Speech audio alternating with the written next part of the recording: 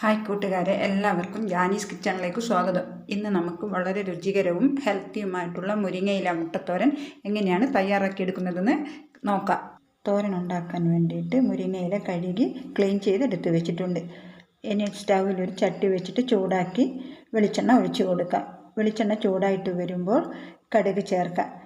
കടുകെല്ലാം പൊട്ടിക്കഴിയുമ്പോൾ ചതച്ചെടുത്ത ചെറിയുള്ളി ചേർത്ത് കൊടുക്കാം. ഇനി 2 അല്ലി വെളുത്തുള്ളി ചതച്ചതും ഒരു പച്ചമുളക് ചെറുതായിട്ട് അരിഞ്ഞതും കൂടി ചേർത്ത് ഇതെല്ലാം കൂടി ഒന്ന് മൂപ്പിച്ചെടുക്കാം. വറ്റൽ മുളകുണ്ടെങ്കിൽ അതും കൂടി ചേർത്ത് കൊടുക്കാം.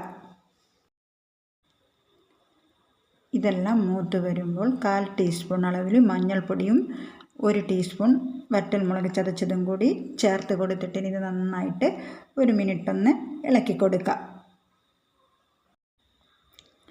അതിനുശേഷം ഇനി ഇതിലേക്ക് ഒരു മുട്ട പൊട്ടിച്ച് ചേർത്ത് കൊടുക്കാം.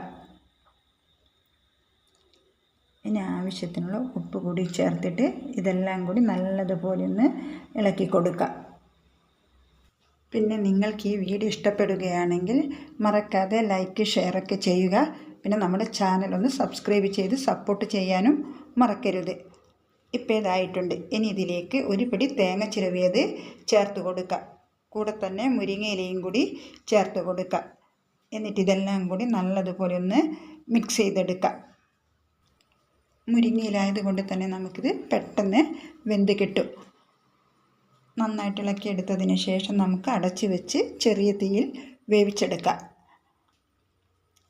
ഇപ്പോൾ ഇത് മുരിങ്ങയിലയൊക്കെ നന്നായിട്ട് വെന്ത് വന്നിട്ടുണ്ട്. ഇനി ഇതിലേക്ക് കുറച്ച് കുരുമുളക് പൊടി ചേർത്ത് കൊടുക്കാം. ഇതെന്തായാലും നിങ്ങൾ ചേർത്ത് കൊടുക്കണേ. കുരുമുളക് പൊടി ചേർക്കുമ്പോൾ ഒരു പ്രത്യേക ടേസ്റ്റാണ്. ഉപ്പ് നോക്കിയിട്ട് ആവശ്യമുണ്ടെങ്കിൽ ചേർത്ത് കൊടുക്കുക. എന്നിട്ടൊന്ന് മിക്സ് ചെയ്തെടുത്തതിന് ശേഷം നമുക്ക് സ്റ്റൗ ഓഫ് ചെയ്യാം. അങ്ങനെ വളരെ നല്ല രുചികരവും ഹെൽത്തി ആയിട്ടുള്ള മുരിങ്ങയില മുട്ടത്തോരൻ റെഡി ആയിട്ടുണ്ട്. മുരിങ്ങയില കിട്ടുമ്പോൾ ഇതുപോലെയൊന്ന് തയ്യാറാക്കി നോക്കുക. ഇനി നമുക്ക് അടുത്ത റെസിപ്പിയായിട്ട് വീണ്ടും കാണാം.